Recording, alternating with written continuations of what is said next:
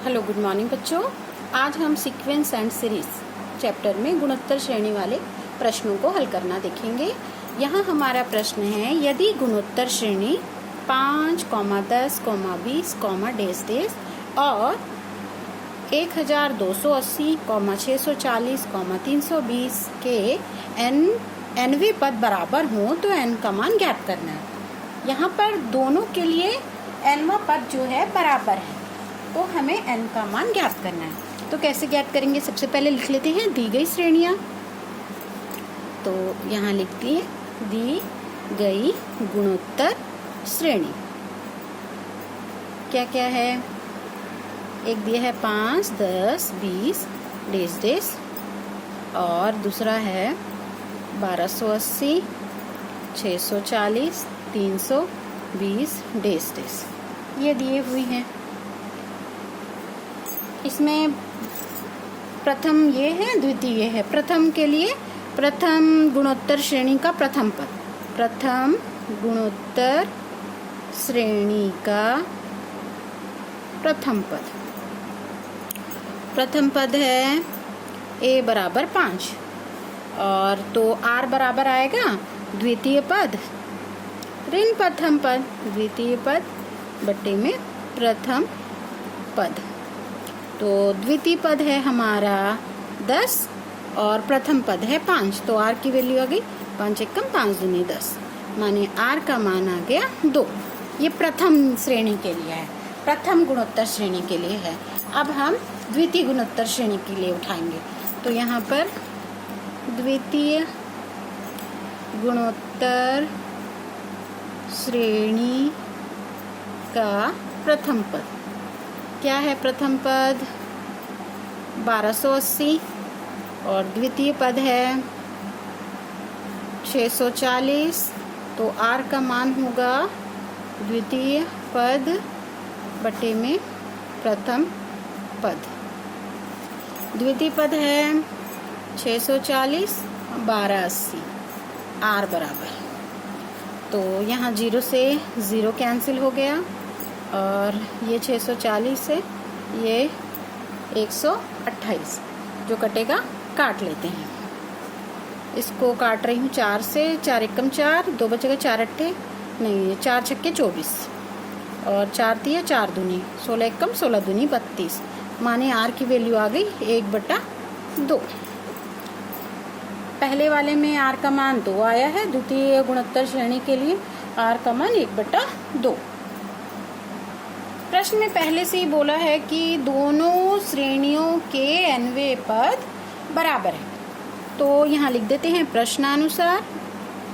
प्रश्नानुसार प्रथम श्रेणी का nवा पद a r की पावर n-1, ये भी a r की पावर n-1। इसमें अगर हम एक को, इसका क्या होगा, a का मान इसमें जो है प्रथम श्रेणी के लिए 5 था, 5 गुने तो r का मान उसमें 2 आया था, 2 की घात n-1 हो गया।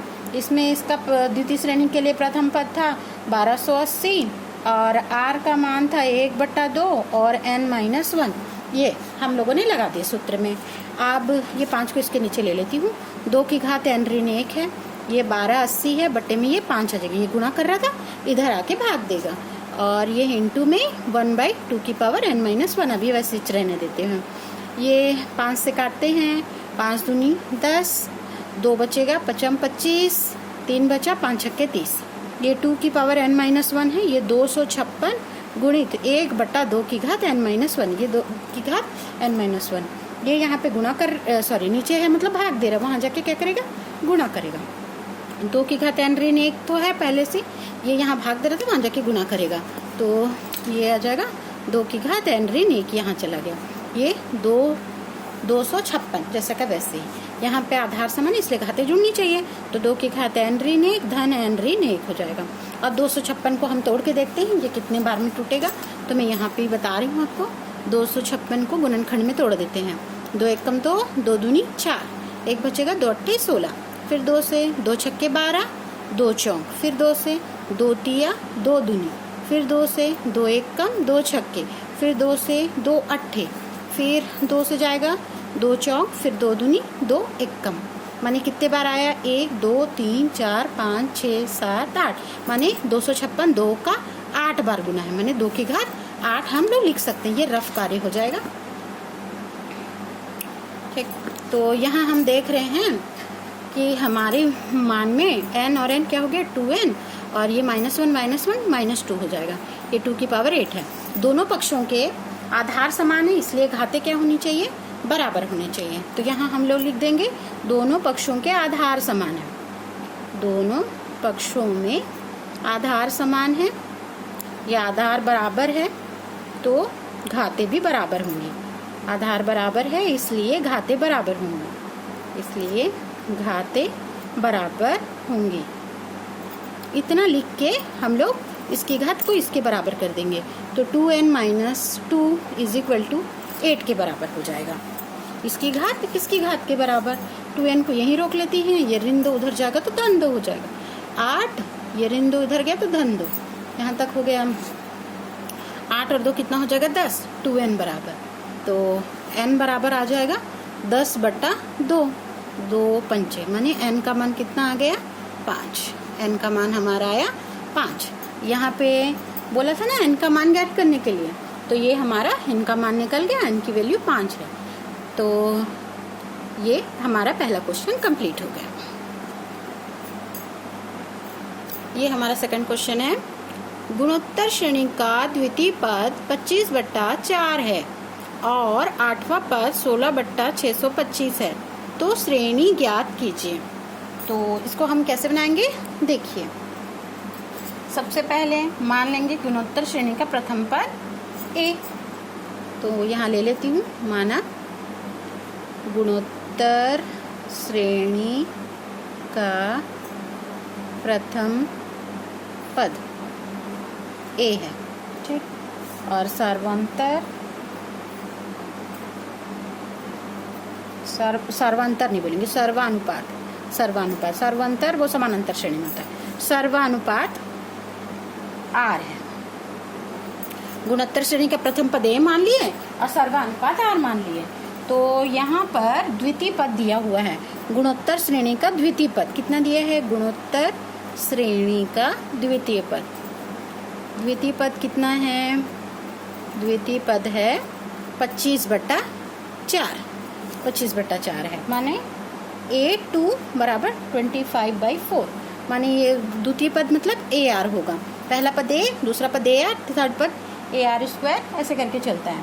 तो ये हो गया, ये मान दे दिया है, तो AR = 25/4, और तो कोई वैल्यू हमारे पास नहीं है, इसको समीकरण 1 डाल के छोड़ देते हैं। और 8वां पद दिया हुआ है, 8वां पद माने A8 क्या है, 16/625, A8 मतलब AR⁴ हो जाएगा, क्योंकि AR⁴n - 1 होता है। अगर 8वां पद है तो 8 ऋण 1 माने 7 बचेगा, यानी AR⁴ आया, और ये 16/625 है। ये हमारा समीकरण 2। अब इसको हमें सरल करना है, ध्यान दीजिए, ये AR⁴ है और यहाँ AR है। अगर इसमें इसको भाग दे दें तो कुछ ना कुछ कट जाएगा और हमारा मान थोड़ा सरल हो जाएगा। तो हम समीकरण 2 में समीकरण 1 को भाग दे देते हैं। तो यहाँ लिख देती हूँ समीकरण 2 भागित समीकरण 1, तब क्या होगा, AR⁴ है डिवाइडेड बाय AR है, बराबर यहाँ पे ये 16/625 बट्टे में ये 25/4, यहाँ तक ठीक। ये A से A कैंसिल हो गया, R⁴ है, नीचे में ये R है, इसकी बात कुछ नहीं मतलब 1 है, और यहाँ 16/625, ये ऊपर चला जाएगा 4/25। अब जो कटेगा हम उसको काटेंगे, यहाँ पर ये घाते घट जाएंगी, वो वाला फार्मूला लगेगा, A⁴m/A⁴n वाला क्या होता है, A⁴m - हो जाएगा। तो यहाँ R⁴ 7 - 1 हो गया, और यहाँ पे ये 16 है ना, ये तो कुछ कटने वाला तो नहीं है, इसको तोड़ लेते हैं। तो इसको हम लिख सकते हैं 4 × 4 16 को, और ये 4 पहले से है, 625, 5 का 3 बार गुना होता है, और ये 25 5 का 2 बार गुना, 625 5 का 4 बार गुना होता है, ये 4 4 को भी हम तोड़ लें तो ये नीचे ऊपर की संख्या एक जैसी हो जाएंगी। एक जैसी मतलब ऊपर में भी ये 6 बार आएगा और ये 4 जो है 2 2 में टूट जाएगा, तो ये भी 6 बार हो जाएगा।